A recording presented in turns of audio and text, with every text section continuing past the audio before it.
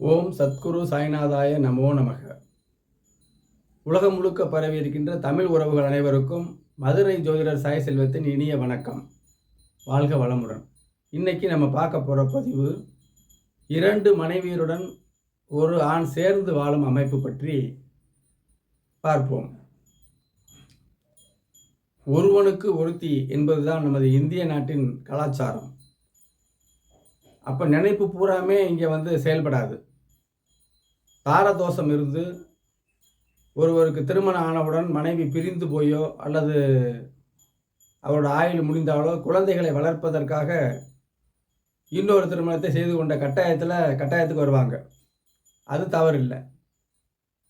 அதே நேரத்தில் மனைவியோட கருத்து வேற்றுமையோடு இருந்து விரோதப்பட்டுக்கிட்டு இன்னொரு மனைவியோடு சேர்ந்து இருப்பது அது தவறான செயல்.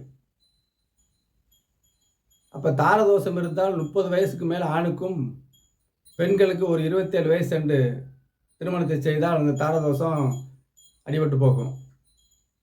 அதெல்லாம் பார்க்காம சரி சின்ன வயதிலே நடந்துருது, தாரதோஷமும் இருக்குது, சின்ன வயதிலே நடந்துருது, அதுதான் நம்மளுடைய விதிப்பயன். அப்படி இருக்கும் பொழுது இந்த தாரதோஷம் என்பது 7ஆம் இடம் பாவத்துவமாக இருந்து லக்கணத்தில் சனி செவ்வாய் இருந்தால் 7ஆம் இடம் பார்க்கும். ராகு கேதுக்கள் லக்கணத்துக்கும் 7 ராகு கேதுக்கள் இருந்தாலும் சரி, 2-8 ராகு கேதுக்கள் இருந்தாலும் சரி, 2ஆம் இடத்துல சனி செவ்வாய் இருந்தாலும் இப்படிப்பட்ட கிரக நிலையாக இருக்கும் பொழுது தாரதோஷம் தாமதமாக செய்கிற திருமண அமைப்புகள். ஆணுக்கு 30 வயசு வந்த உடனே இந்த திருமணத்தை செஞ்சோம்னா அந்த பாதிப்பு இருக்காது. அந்த ஜாதகத்தில் 7ஆம் இடம் இருட்டி 11ஆம் இடம் வெளிச்சமாக இருக்கும். அப்போ முதல் மனைவி திருமணம் ஆகி விவாகரத்தோ அல்லது மற்ற விஷயமோ நடந்து அடுத்து திருமணத்தை நடக்கக்கூடிய அமைப்பு 11ஆம் பாவம். இது எல்லாரும் தெரிஞ்சது தான். ஆனால் நான் சொல்கிறது எந்தவித மனஸ்தாபமும் இல்லாமல் முதல் மனைவி இருக்கும் பொழுது இன்னொரு மனைவியோடு சேர்ந்து வாழ்கிற அமைப்பு இது அரிதானது. இதுக்கு கிரக நிலைப்படி இது முதல்ல தவறு. அதை சொல்கிறேன். நம்ம கலாச்சாரத்துக்கு சரி வராது. அது வெளிநாடுகளுக்கு சரியாக வரும். நினச்ச உடனே ஒரு மனைவியை வச்சுக்கிடுவாங்க, அது வேறு பிரச்சனை. நம்ம இந்தியாவை ராமருடைய பூமி. இது ஏகபத்தினி அமைப்பு தான். அப்போ இங்கே ஏன் இப்படி வருது, எப்படிப்பட்டவங்களுக்கு இப்படி வரும்? ஒரு சிம்பிளான மேட்ரு தாங்க. அவருக்கு 3ஆம் இடம் 12ஆம் இடம் இல்லறத்தை தரக்கூடிய போகஸ்தானமும் சயனஸ்தானமும் வலுத்து இருக்கும். அது அவருடைய ஜாதக அமைப்பு. அப்படி வலுத்திருக்கிற நேரத்தில் குடும்பஸ்தானத்துலேயும் லைட்டாக செவ்வாய் பார்வை இந்த மாதிரிலாம் இருக்கும். 7ஆம் இடமும் நல்லா இருக்கும், 11ஆம் இடமும் வெளிச்சமாக இருக்கும். சுக்கிரனும் அதிக வீரியமாக இருப்பார். அப்போ 7ஆம் இடம் முதல் மனைவி கல்யாணம் ஆயிரும். தெரிந்தோ தெரியாமலோ 11ஆம் இடமும் வளர்த்துருந்துச்சுன்னா இன்னொரு மனைவியும் சேர்த்து வச்சுக்குவார். அல்லது திருமணமும் பண்ணி கொஞ்சம் பணக்காரராக இருந்தார், அதிகாரம் மிக்கவராக இருந்தால் இப்போ அதையும் கல்யாணத்தை பண்ணி தனியாக இருப்பார்.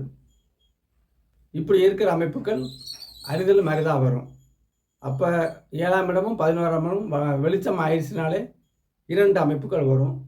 அவர் இங்கேயும் குடும்பம் நடத்தி குழந்தைய பெற்றுக்குவார், அங்கேயும் குடும்பம் நடத்தி குழந்தைய பெற்றுக்குவார். 2 பேருக்கும் சொத்து எழுதி வைப்பார், பணக்காரராக இருப்பார். இப்படிலாம் அரிதிலும் அரிதாக இருக்கும். இது உதாரணங்கள் இருக்குது. என்னுடைய அம்மா வழி தாத்தா அவர்களுக்கெல்லாம் 2 தாரங்களும் இருந்தாங்க. அது சொல்ல கேள்வி, எங்கள் அம்மா சொல்ல கேள்வி. இப்படிலாம் அமைப்புகள் வரும். அதுதான் இந்த 7ஆம் இடமும் 11ஆம் இடம் வளர்த்திருந்தவர்களுக்கு 2 ஒரே காலத்தில் 2 மனைவியோட வாழ்கிற அமைப்பு. இதுவும் தோஷம்தான். அதுக்காக அது 2 மனைவி இருக்கிறதுனால திருமண தோஷங்கிறது ஒரே ஒரு மனைவியோட கருத்து ஒற்றுமையோடு கலந்து குழந்தை கட்டியை பெற்று வாழ்கிறது தான் அது முறையான இல்லற தர்மம்.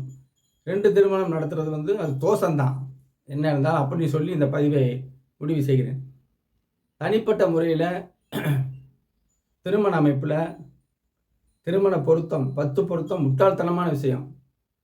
அது எந்த இடத்துல அதை தெளிவாக சொல்லுவேன். என்னுடைய மதிப்புக்குரிய குருநாதர் சொல்கிற மாதிரி, ஆதித்ய குருஜி ஐயா சொல்கிற மாதிரி முட்டாள்தனம் தான் அது. அதில் எதுவுமே அறிவிக்க முடியாது. ஜாதகத்தை ஆய்வு பண்ணி தான் சொல்ல போகிறோம். திருமண பொறுத்த விஷயத்தில் ஒரு ஆணுக்கோ பொண்ணுக்கு எந்த வயசில் திருமணம் செய்யலாம், சின்ன வயசுலையா வயசு சென்று செய்யணுமா, திருமண பொருத்தம் மட்டும் இல்லை திருமண தரம் எப்படி இருக்கும் அப்படிங்கிறத நீங்கள் தெளிவாக கேட்டு தெரிஞ்சுக்கலாம். என்னுடைய வாட்ஸ்அப் நம்பருக்கு வந்தீங்கன்னா குறைந்த கட்டணத்தில் திருமண பொருத்தை ஜோராக பார்த்து உங்களுக்கு அமைத்து கொடுக்கப்படும். திருமண பொருத்தம் மட்டும் இல்லாமல் வேறு எந்த விஷயங்கள், கல்வி, உயர்கல்வி, வெளிநாட்டுக்கு போகிறது, தொழில் செய்கிறது, வேலைக்கு தான் இருக்கணுமா, தொழில் செய்யலாமா ஒருத்தர் அப்படிங்கிற விவரங்கள், கூட்டுத் தொழில், உணவு சம்மந்தப்பட்ட தொழில் எப்படி யார் செய்யலாம், இப்படிலாம் ஜோதிடத்தில் கிரக வெளிச்சம், இருள் இந்த அமைப்புகளை தெளிவாக பார்த்து உங்களுக்கு சொல்ல கடமைப்பட்டுள்ளேன். அடுத்த வீடியோவில் சந்திப்போம். நன்றி, வணக்கம், வாழ்க வளமுடன்.